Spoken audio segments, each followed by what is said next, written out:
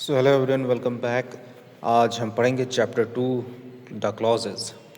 सो इसका डेफिनेशन पहले हम जान लेते हैं अकॉर्डिंग टू द बुक जो कि मेरे द्वारा पब्लिश की गई है एंड ऑफ कोर्स मेरे द्वारा ही लिखी गई है। So without further ado let's see the definition. तो यहाँ पे कहा जा रहा है clause is a group of words that contains a subject and a verb, यानी कि प्रेडिकेट, यानी कि एक ऐसा ग्रुप ऑफ वर्ड्स होना चाहिए जिसमें एक सब्जेक्ट हो और एक वर्ब जो प्रेडिकेट की तरह एक्ट करता हो and functions as a unit within a sentence, यानी कि एक unit within a sentence, यानी कि समझ लीजिए आप कि वो एक सेंटेंस का हिस्सा है। अब वो कैसा हिस्सा है, इंडिपेंडेंट है या सबऑर्डिनेट है, वो हम लोग बाद में डिस्कस करेंगे। तो लिखा हुआ है इसमें, it can be thought of as building block of a sentence. Clauses can be independent, also known as main clauses, which can stand alone as complete sentences, or they can be dependent, also known as subordinate clauses. Okay, so which rely on the main clause to make sense. Clauses are essential for constructing clear and meaningful sentences. Okay, यहाँ तक हमको समझ में आ गया, यानी कि independent clause होते हैं और सबऑर्डिनेट क्लॉज होते हैं। बस फिलहाल के लिए इतना ही समझना है। तो यहाँ पे लिखा हुआ है there are two main types of clauses. क्या क्या है? Independent clauses and dependent clauses. तो इंडिपेंडेंट क्लॉज में आप चलेंगे। इंडिपेंडेंट क्लॉज किसे कहते हैं? A principal clause, also known as independent clause, is a grammatically complete and stand-alone sentence that can convey complete thought without the help of any other clauses. It typically includes a subject, a predicate, and a verb, and doesn't depend on another clause to make sense. यानी कि ये किसी clause पर depend ही नहीं करता है। यानी कि आप अगर हम यहाँ पे सबऑर्डिनेट क्लॉज की बात करें या डिपेंडेंट क्लॉज की बात करें तो यहाँ पर क्या होता है, वो दूसरे क्लॉज पर डिपेंड करता है, यानी कि नंबर 2 जो कि आप देख पा रहे हैं। लेकिन यहाँ पे जो है आपका इंडिपेंडेंट क्लॉज, वो आपका जो है डिपेंड ही नहीं करता है। तो इन सेंस हम ये कह सकते हैं क्या कि हमारा जो यहाँ पे इंडिपेंडेंट क्लॉज है वो एक ऐसा क्लॉज है जो किसी क्लॉज पर या फिर पार्ट ऑफ सेंटेंस पर डिपेंड नहीं करता। अब जैसे कि एक एग्जांपल हम लोग देखते हैं, I went to the store is a principal clause because it can stand alone as a sentence. यानी कि मैं बाज़ार गया, यानी स्टोर गया, ठीक, आप कुछ भी लिख सकते हैं। तो ये एक ऐसा सेंटेंस है जो अपने आप में पूर्ण है, यानी कि अपने आप में ये कंप्लीट है, ठीक। इसको ऐसे किसी ग्रुप ऑफ वर्ड्स या फिर दूसरा किसी सेंटेंस का ज़रूरत नहीं पड़ेगा क्या करने के लिए, पूरा सेंस बनाने के लिए, ठीक है। तो यहाँ पे देखिए पूरा सेंस बनाना बहुत बड़ा यहाँ पे मोटिव है। अगर पूरा सेंस बिना किसी वर्ड्स के बना दे रहे हैं तो समझ लीजिए क्या कि ये जो है आपका इंडिपेंडेंट क्लॉज है। लेकिन वहीं आपको 2 या 2 से 3 ग्रुप ऑफ वर्ड्स की ज़रूरत पड़ रही है to make a complete sense, है ना। तो वो हो जाएगा आपका डिपेंडेंट क्लॉज। अब चलिए अब हम डिपेंडेंट क्लॉज पढ़ते हैं। A subordinate clause, also known as dependent clause, is a type of clause that cannot stand alone as a complete sentence because it does not express a complete thought. यानी कि एक complete thought को express नहीं करता है, ठीक। यानी कि ये इसको चाहिए क्या, इसको ये चाहिए कि कोई और भी ऐसा सेंटेंस आए उसकी ज़िंदगी में जो उसकी ज़िंदगी को कंप्लीट कर दे, ठीक है। तो समझ लीजिए कुछ कुछ ये इंसानों की तरह है, समझे कि नहीं। जैसे कि इंसान बिना पार्टनर्स के सर्वाइव नहीं कर सकते हैं, बिना पार्टनर्स के अपनी जनरेशन को नहीं बढ़ा सकते हैं, तो कुछ कुछ ये डिपेंडेंट क्लॉज इसी तरह से हो जाता है, ठीक है। चलिए, it depends on the main clause to provide the necessary information for it to make the sense. Subordinate clause often begin with subordinating conjunctions such as because, although, while, when और इफ। यानी कि ये जो subordinating conjunctions आप देख रहे हैं, because, although, while, when, if etcetera, तो ये सारे के सारे इम्पॉर्टेंट है क्या, किस में, आपका डिपेंडेंट क्लॉजेज में, ठीक। These conjunctions help establish the relationship between the subordinate clause and the main clause. Okay? चलिए, जैसे कि आप कुछ एग्जांपल्स में आते हैं। I love to read books because they take me on exciting adventures, ठीक है। मुझे किताबें पढ़ना पसंद है, क्यों?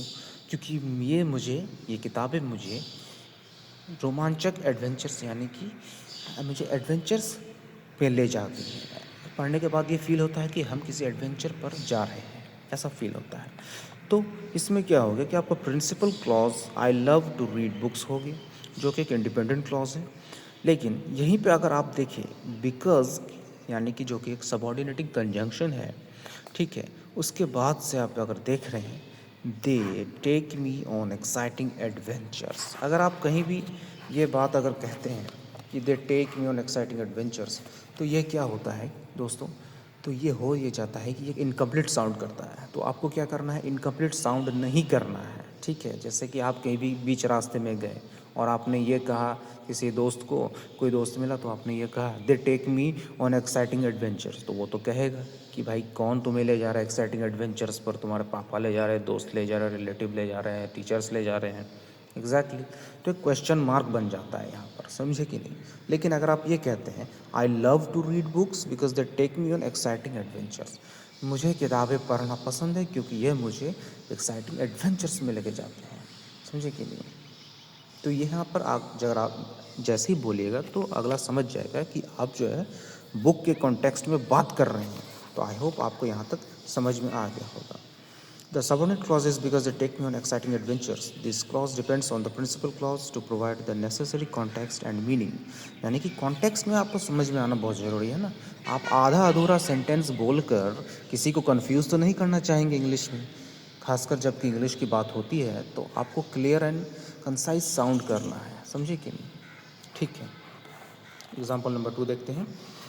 तो ये देखिए दोस्तों, सबसे पहले बात मैं बता देना चाहता हूँ कि आपको रीडिंग भले ही थोड़ी सी बोरिंग लग सकती है, लेकिन ये एग्जांपल्स का ही एक्सप्लेनेशन जो है इस बुक में और इस वीडियो में एज अ लेक्चर के तरह आप सुनिए, एज अ फ्रेंड के तरह आप सुनिए। क्योंकि अगर आप एक दो एग्जांपल को ही अच्छे से डिकोड कर पा रहे हैं तो आप मैं ये गारंटी देता हूँ कि आने वाले और भी जो सेंटेंसेस मिलेंगे और भी जो आपको ग्रामेटिकल पैसेजेस मिलेंगे, आप आराम से चीज़ों को डिकोड कर सकते हैं, ठीक है। तो आपको जो है ये क्लॉजेस खोजने में कौन सा टाइप क्लॉज है वो दिक्कत नहीं होगा। तो विदाउट फर्दर डू चलते हैं। आई will visit the museum if, देखिए यहाँ पे इफ़ आया है, तो ये इफ़ जो हो गया ये इफ़ हमारा हो गया सब ऑर्डिनेट क्लॉज हो गया हमारा, समझे कि नहीं। If I have enough time, मैं म्यूज़ियम को विज़िट करूँगा, लेकिन अगर अगर मेरे पास क्या होगा, मेरे पास इनफ टाइम होगा, यानी कि सही उसके पास अगर वक्त होगा तभी जाके वो क्या करेगा, विज़िट करेगा, ठीक है। चलिए अब हम जो है यहाँ पे दोस्तों देखते हैं the principal clause independent clause is I will visit the museum. This clause can stand alone as complete sentences and express a complete thought. The subordinate clause is if I have enough time. जैसा कि मैंने कहा if के बाद यानी कि subordinate clause के बाद आपको क्या करना है, बाकी का हिस्सा आपको क्या करना है, सबऑर्डिनेट क्लॉज मार्क करना है, बिल्कुल। अब हम चलते हैं, देखिए अब एक इम्पॉर्टेंट सेंटेंस ये है, if conjunction if and provides the condition for the action mentioned in the principal clause. यानी कि कंडीशन आपको जो है क्या है, प्रोवाइड कर रहा है, किसके लिए, आपको प्रिंसिपल क्लॉज से रिलेटेड यानी कि मेन क्लॉज से रिलेटेड एक कंडीशन प्रोवाइड कर रहा है ये इफ़ जो वर्ड है आपका, ठीक है। अब देखिए एक ट्रिक है दोस्तों, words for checking principal clauses, ठीक। अगर ट्रिक हमारा यहाँ पे जो है कुछ ऐसा है, FANBOYS यानी कि फैन बॉयज़। F से फॉर हो गया, A से एंड हो गया, N से नॉर हो गया, B से बट हो गया, O से और हो गया, Y से येट हो गया, S से सो हो गया, ठीक। जैसे ही अगर आप ये वर्ड्स देखते हैं तो ये आपको प्रिंसिपल क्लॉजेस की तरफ आपको डिनोट करता है। कैसे, जैसे कि देखिए यहाँ पे कुछ वर्ड्स और भी हैं, you he she it they this that these those here there now then और बाकी सारे ऐसे वर्ड्स हैं। अब देखिए क्या लिख रहा है यहाँ पे, these words typically serve as subjects और objects in the principal clause and convey the main idea और एक्शन, ठीक। Here are some common words that often introduce subordinate clauses or we can also use to check subordinate clauses. अब देखिए subordinate clauses को check करने के लिए आपके पास ये होना चाहिए। तो यहाँ पे जो ये वर्ड्स हैं आपके, जैसे कि इफ़, व्हेन, दो, अलो, बिकॉज, सिंस, अनलेस, एक्सेट्रा, ये आपको क्या करेंगे, सबऑर्डिनेट क्लॉज खोजने में आपको मदद करेंगे, क्योंकि जब जहाँ भी ये देखना है उसके बाद से आपका सबऑर्डिनेट क्लॉज स्टार्ट हो जाता है दोस्तों। तो ठीक है, अब हम चलते हैं टाइप्स ऑफ सबऑर्डिनेट और डिपेंडेंट क्लॉजेस। नाउन क्लॉज में आप देखिए, noun clause is a dependent clause that functions as a noun in a sentence. It acts as a subject, object, or complement in the sentence. Noun clauses can begin with words such as that, whether, if, and WH words. जैसे who, what, where, when, why, how. So here are the example of noun clauses. Type first. If any verb comes in the form या role as a subject for the next clause, it must come before the verb. Come before यानी कि अगर कोई verb ठीक है किस form में आता है, एक सब्जेक्ट के फॉर्म में आता है, ठीक है, नेक्स्ट क्लॉज के लिए, तो वो वर्ब से पहले आना चाहिए। जैसे कि यहाँ पे कुछ हम एग्जाम्पल देखेंगे, आप टेंशन मत लीजिए। देखिए यहाँ पर a subject noun clause is a type of noun clause that can act as the subject of a sentence. To identify a subject noun clause, you need to look for a clause that starts with WH word. यानी कि WH word से आपको खोजना है दोस्तों। जैसे कि what, who, where, when, etcetera, ये सारे आप जब आप खोज लेते हैं, समझ लीजिए कि आप सब्जेक्ट नाउन क्लॉज को आप खोज पाएंगे। ठीक है, तो यहाँ पे कुछ एग्जांपल्स हैं। What he said is true, उसने जो कहा वो सत्य है, वो सच है। ठीक, तो subject noun clause what he said, समझे कि नहीं।